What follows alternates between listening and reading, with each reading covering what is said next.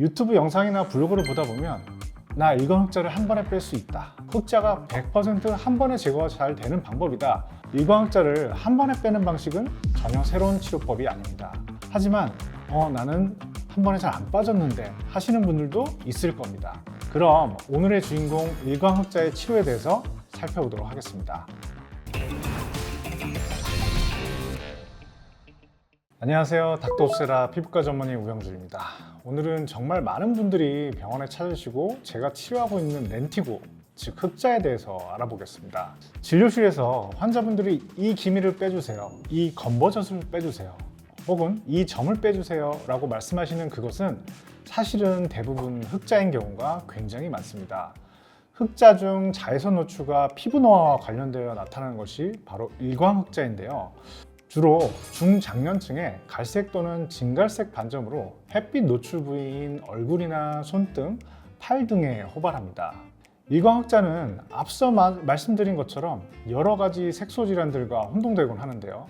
예를 들어 기미, 주근깨, 색소세포성 모반, 지루각각증, 그리고 밀크 커피색 반점, 오타 반점, 흑색종 등 다양하게 있습니다. 일반인들은 이걸 다 구분하기 어렵지만 치료하는 의사들은 이를 정확히 구분해야 합니다.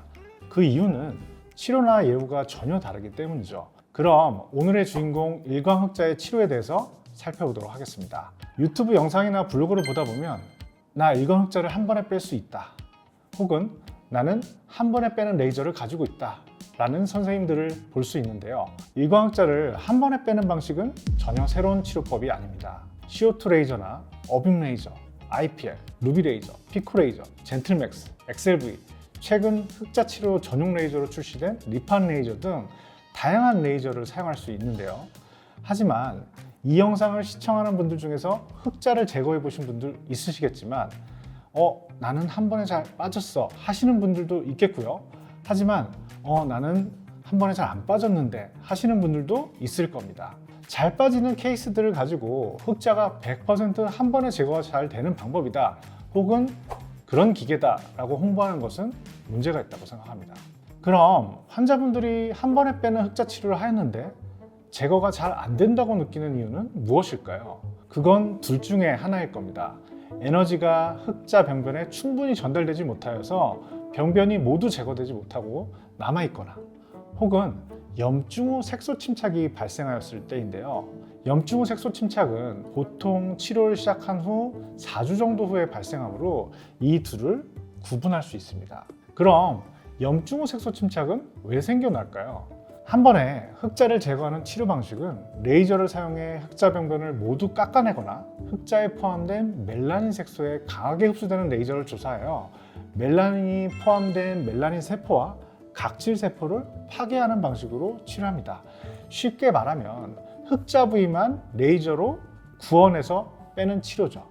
하지만 불특정 다수의 타겟을 향해 발사된 레이저 빔이 주변 세포에 영향을 전혀 주지 않고 흑자만 제거하는 것은 거의 불가능에 가깝습니다. 레이저 조사 과정에서 주변 세포도 강한 자극을 받게 되고 미세한 염증 반응을 유발하게 되죠. 이때 멜라닌 세포가 자극을 받고 멜라닌을 만들어내게 되는 것이죠. 피부에 찰가상을 입거나 가벼운 화상을 입고 나서 착색이 생겨 오랫동안 남아있던 경험을 해보신 적이 있으실 텐데요. 이와 같은 원리입니다. 한 번에 흑자를 제거하는 방식의 치료법은 염증 후 색소 침착이 발생할 가능성이 항상 존재합니다. 물론 레이저에 따라서 정도의 차이가 있겠지만 말이죠. 색소 침착이 잘 남는 피부 타입도 있고 잘 남지 않는 피부 타입도 있습니다. 또한 잘 남지 않는 피부 타입을 가지고 있지만 레이저가 너무 강하게 조사되면 색소 침착이 발생할 수 있습니다. 그럼 흑자 치료 후 염증 후 색소 침착이 잘 생길 수 있는 환자들은 어떤 분들일까요?